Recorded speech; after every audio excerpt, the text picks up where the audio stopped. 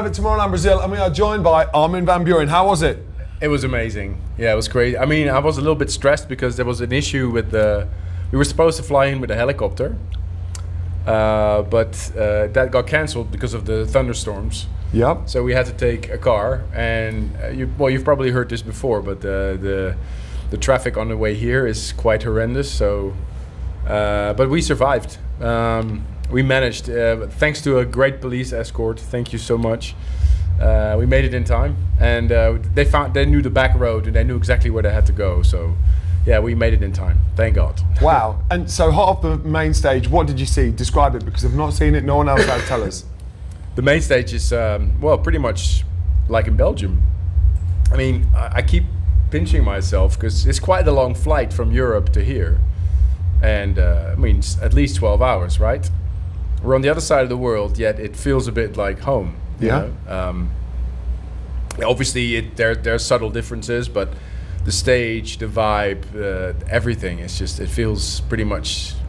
That feels like Tomorrowland, and that's crazy, knowing that we're so far away from home. Is it odd to go back to a stage that you've already been on, but you've also had something in between? Do you know what I mean? Because this is at the Rise of Ascendo. Yeah. We've done life in between.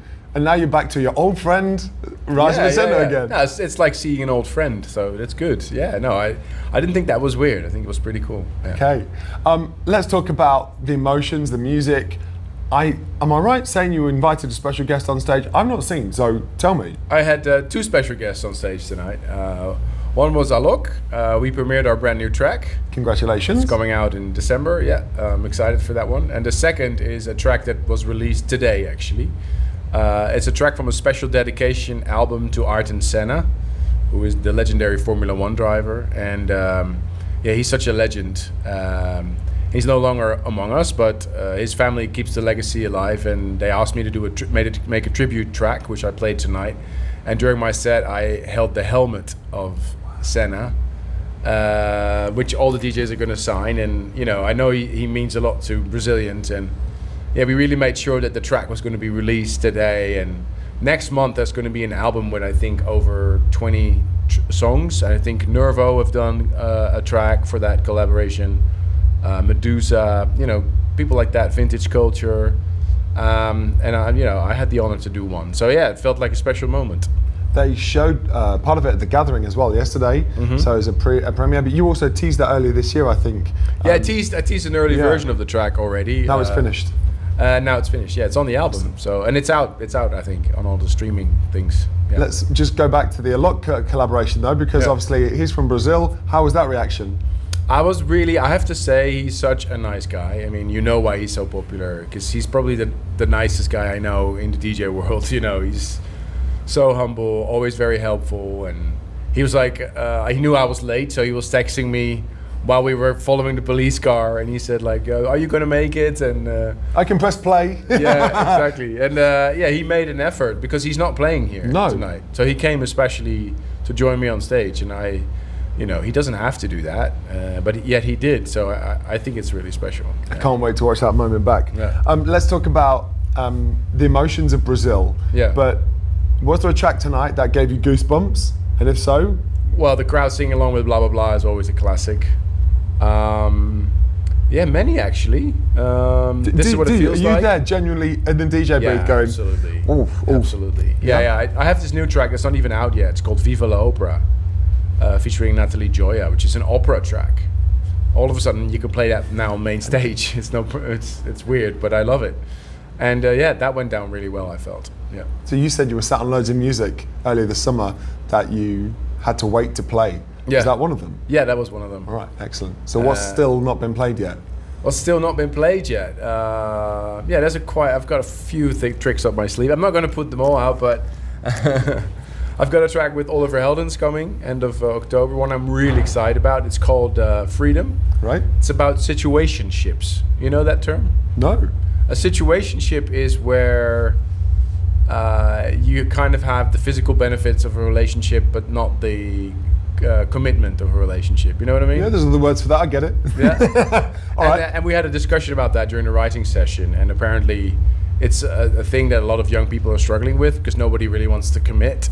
because they always think like the grass is greener on the other side. You know what I mean? Yeah. So we wrote that song about a woman who's actually in love with a guy, but the guy wants his freedom, but he always ends up at 3 a.m. on her doorstep. That kind of story. So I think it's a pretty cool angle.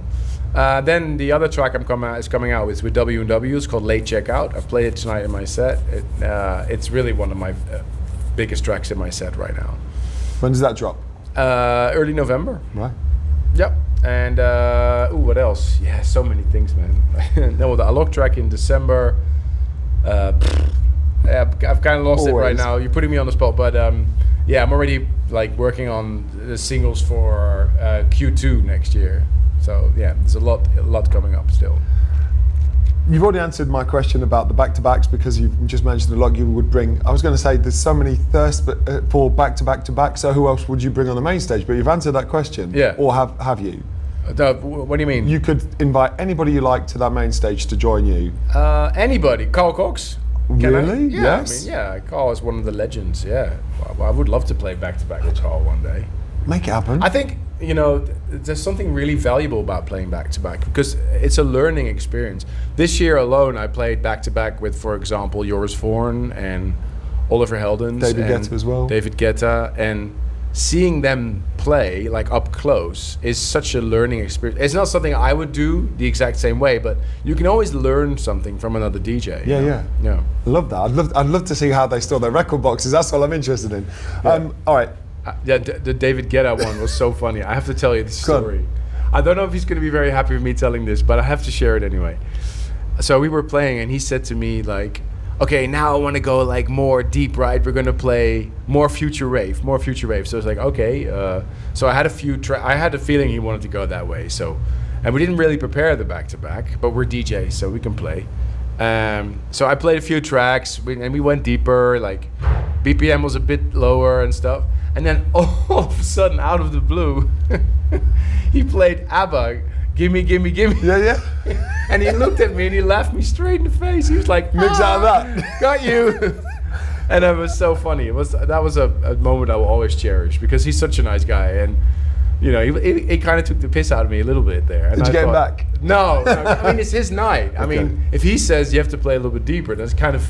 Maybe I was stupid, but no, I'll never forget that. That was so funny because like we were in the middle of this deep section of the set, and he was like, "Give me a man." After that's something I would never play, but I mean, he's David Guetta, so he can play whatever he wants. And I bet it worked really well, right? The crowd went crazy. Yeah, it went very well. One final question. Sure. And we're back to Edsenda, so we're back to looking to the future, right? The horizon. Yeah. That's what this is all about. Mm-hmm. You've got so many stories. I think it's time for an autobiography. Really? So what do you call it?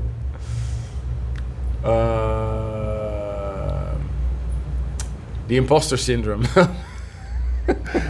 But is that part one? Isn't it say? No, it's just my whole life. It's like don't tell anybody. But you guys all felt. You guys are all believing it, but it was all a big joke. No, don't. That's not fair on your career. I think it would either be who manages the manager, or. The cave you fear holds the treasure you seek. By Armin van Buuren. It's a little bit too long, though. No, I'll take it. I'm going to sign that, get busy writing the stories, get ready to share them, and I look forward to it. It's a long time, but we can live with that, right? We can live with that. Armin, pleasure always. Thanks, all right, man. thank you so much. Thank you.